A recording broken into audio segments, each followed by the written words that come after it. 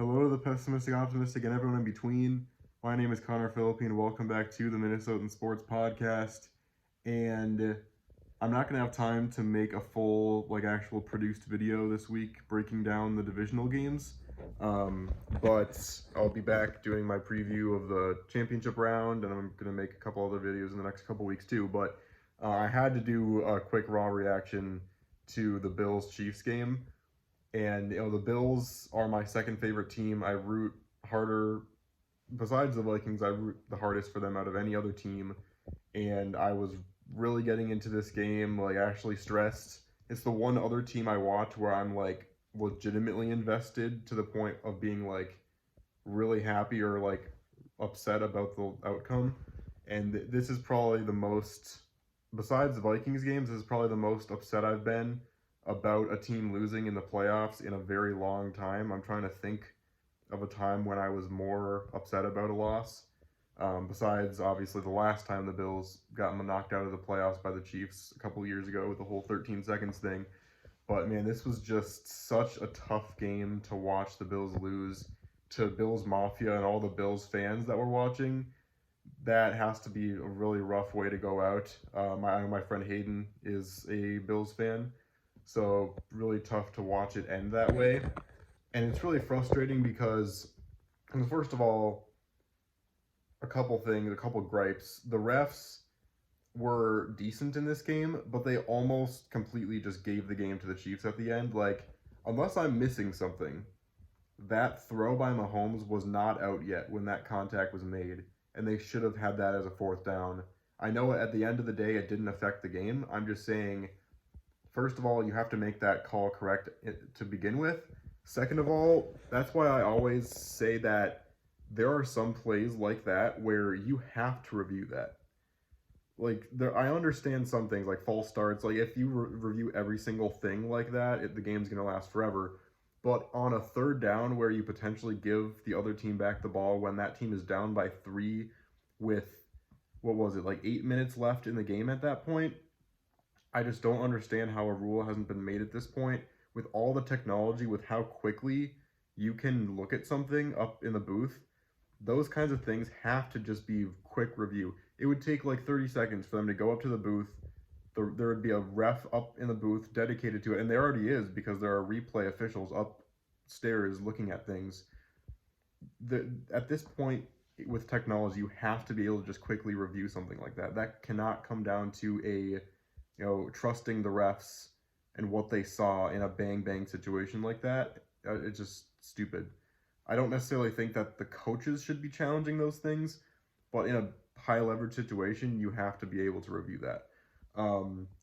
I did not expect the wide receiver that would drop a pass that could potentially completely change the course of the game to be Stephon Diggs.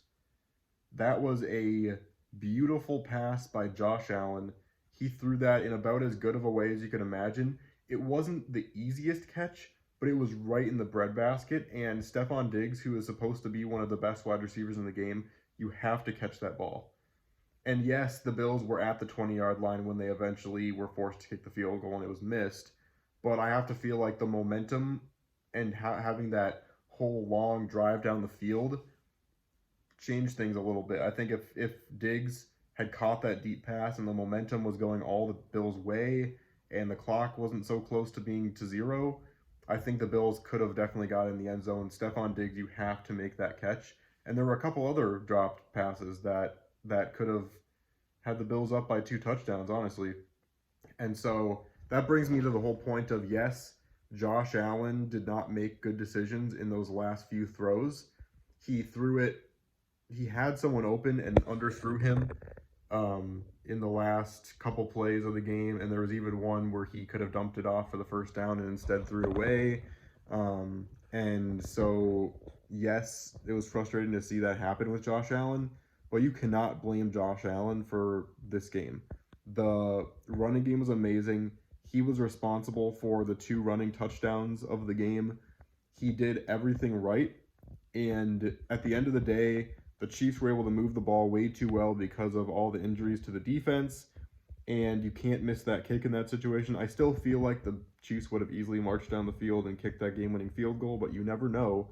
I mean, they just stopped them after one first down, which should have not been a first down. They almost gave them a 3-and-out the drive before, so you never know what could happen.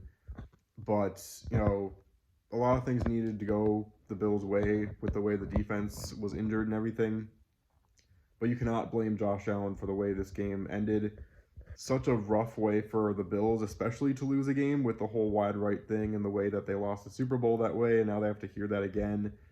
And then just the way that they were praising Patrick Mahomes for, I guess, the dropped passes and missed field goal were Mahomes' magic, I guess, because after all that, after Allen missed those passes and after the missed field goal, they all chalked it down to, oh, you have to bet on Mahomes. You have to bet on number 15.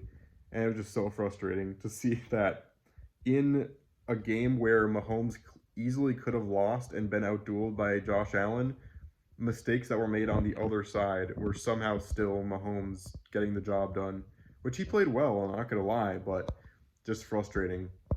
And so I'm really hoping the Ravens can win next week at home. It's going to be another tough environment for the Chiefs, and I feel like the Ravens defense is a little more healthy. They're probably going to be able to play to I feel like the matchup at least is going to be more even, and they might be able to prevent some of those easy throws across the field and those chunk plays that the Chiefs were able to get. They're probably going to be able to stop the run better too, and so it'll come down to how well Lamar plays. But I gotta be honest, I'm for the most part was okay with the whole Taylor and Travis stuff. Like, it kind of annoyed me, but it wasn't that big a deal. But I can't handle 2 weeks of that. I can't handle them going to the Super Bowl and every single step of the way they're talking about the Taylor Swift stuff. With a national game, a Super Bowl, you know that the camera's going to be on her even more. I don't know if I can handle that for 2 weeks. And I'm not blaming her for that. I'm sure she's just as annoyed about it as anyone else, but just frustrating that it had to end that way, that the Bills were cheated once again out of another chance at a Super Bowl. I really think they would have had a legit chance against the Ravens. It would have been tough with their defensive injuries, but they had a legit chance. Watching an Allen Lamar AFC Championship would have been perfect, but at the end of the day, the Chiefs get lucky again, and a missed field goal sends them to the AFC Championship game, and so we're now robbed of the potential of getting to see two teams who have never won the Super Bowl before play in the Super Bowl together in the Bills and Lions. Not saying I think the Lions are necessarily going to beat the 49ers anyway, but it's just a frustrating situation across the board. So I'm sorry, Bills Mafia. I can't imagine I'm as frustrated about it as you are, but I'm still frustrated about it. So thanks for watching this one. I'll be putting out AFC Championship content in the next few days. Look for that maybe on Thursday. So thanks again, and I'll see you on the flip side.